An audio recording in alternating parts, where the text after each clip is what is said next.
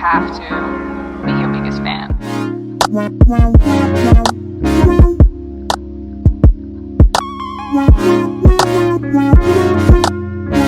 Hi everyone, my name is Nikki and welcome to my YouTube channel, Ada Canada. Today's topic is about moving to Canada as an international student with my family. So if you are a potential international student, maybe you already have your study permit and you're already in Canada studying, or you are still on the way to applying for your study permit, you're still outside the country, but you're wondering how you can bring your family along, your immediate family along, and you're in a legal marriage, then this video is for you. Spousal sponsorship is an integral component of Canada's family class immigration efforts, as Canada places a big emphasis on keeping loved ones together in this country. There are two categories of spousal sponsorship. There is the outland spousal sponsorship and the inland spousal sponsorship. The outland spousal sponsorship means that one person in the partnership is a Canadian citizen, and so that person who is a Canadian citizen can apply for a spousal work visa or permanent residency for their spouse who is not a Canadian citizen and is not living in Canada. On the other hand, the inland sponsorship is the one that applies to foreigners, foreign nationals. So for example, you as an international student looking to bring your spouse into Canada to join you, looking to bring your children, you will be under the class of inland spousal sponsorship because you are a foreign national, and then you get to apply for a spousal open work permit, not permanent residency, spousal open work permit for your spouse to join you while you are studying as an international student in Canada. So I wanted to make that clear first of all in this video. I have structured this video into a question and answer format. I have 9 questions here in my notes I'm going to be answering. Now these are questions that I believe are pertinent to you as intending international students or international students studying in Canada and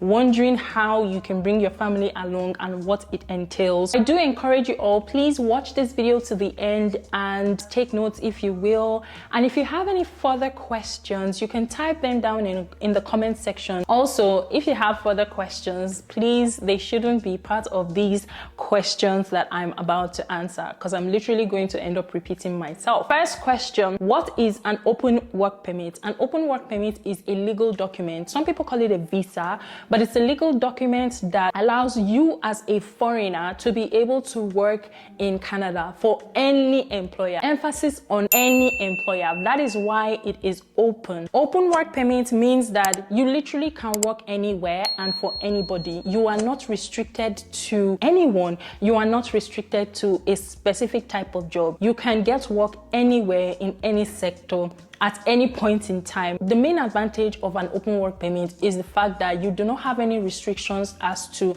the types of job you can work or the kind of employer you can have. Second question, who can apply for a spousal open work permit? As an international student, you can apply for a spousal open work permit for your spouse to join you in Canada and for your dependents, which are your children, if you have any, to join you in Canada. Next question is, do I qualify as an international student? As an international student in Canada or about to come and study in Canada, first and foremost, you need a valid study permit. You also need to be studying at an institution that has a DLI number. So basically an institution that is formally accredited in Canada. You also need to be studying a program that is eligible for a postgraduate work permit. Basically, don't just come to Canada and study anyhow program. Don't study a program where you are not guaranteed to get a postgraduate work permit after you're done with your studies. You also need to be a full-time student in one of these schools: a public post-secondary school like a college or university or CEGEP in Quebec,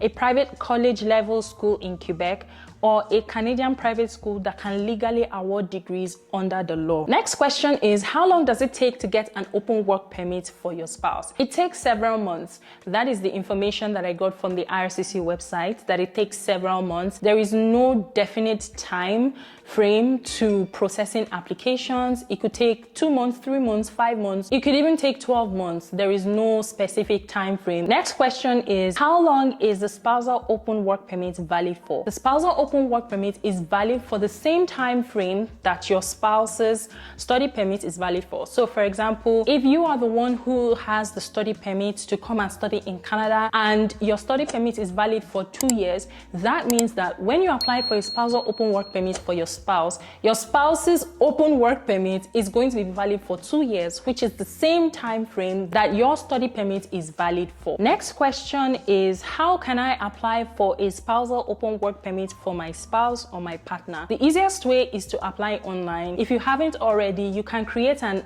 IRCC account. It's very self-explanatory and it's very easy to create an account. It is the same way that you would create an account in order to apply for a study permit online. So everything is online these days. Just have internet access and also have your credit card. The next question is, can I include my spouse or partner in my study permit application? Yes. So I feel like there are two ways of doing this thing. People who have asked me about bringing their spouses and their children to Canada have wondered how they can do so. And I've always told them that you can apply when you come into Canada. So basically, when you come in and you start your education in Canada, then you can apply for an open work permit for your spouse and also your dependent children to join you. This is the answer that I've been giving to people all the time. So you can choose to do it this way. You can also apply at the same time that you're applying for your study permit. So if you are someone who has gotten admission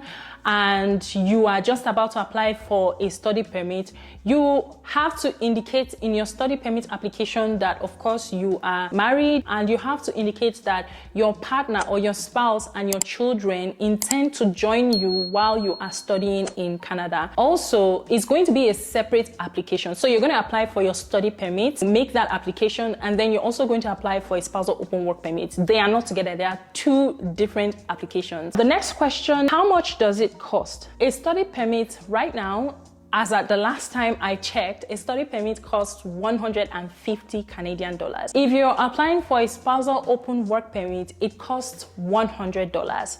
Now, if you've never done biometrics before, you're going to have to do your biometrics and you're going to have to pay for your biometrics.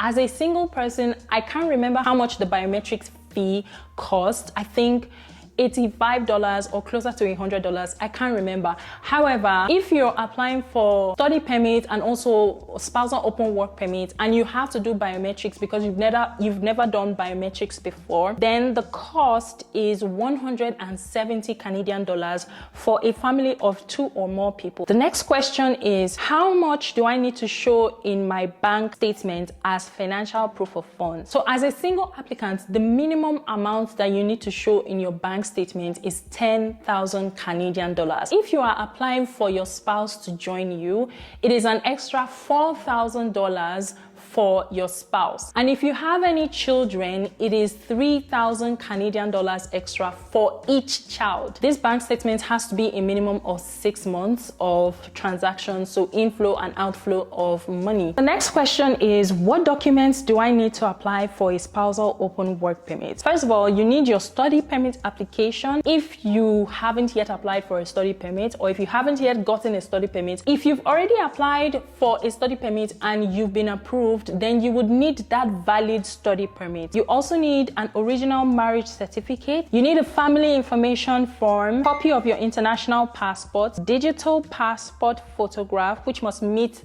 the photo requirements and measurements to be accepted. You also need an acknowledgement of receipt letter, proof of funds, proof of your status in Canada by way of a study permit if you're already an international student here, a medical exam if it is requested of you, and letter of enrollment in a Canadian institution. The good thing about a spousal open work permit is that as an international student, you are sometimes limited by the number of hours you can work. It could be expensive depending on the city that you're in Canada, the school that you're in, and so many other factors that go into how much you would spend every month. So it could be expensive for an international student, especially when it concerns tuition. Sometimes you may not be able to hold yourself on your own. You're going to need some form of extra financial support. If you have a spouse and your spouse has been granted a spousal open work permit, your spouse can come and join you and work. Your spouse can work full-time. Your spouse can work any kind of job for any employer, and that spouse will be able to help you financially to offset some of the burdens like the monthly bills or the tuition. When you've graduated from that program, you can move on to apply for a postgraduate work permit. All right, guys, so this is it for this video. I hope that I've been able to answer most of the pertinent questions that you have. If you have any further questions that do not really belong in any of these questions that I've answered, please type them in the comment section below. I'm going to go through my comments and I'll be reading and trying to respond to each one as best as I can. Like this video, give it the thumbs up. Also consider subscribing to my channel for more content like this, and turn on your post notifications so that you never miss a video the next time I upload one. I will see you guys in my next video. Stay safe. Bye.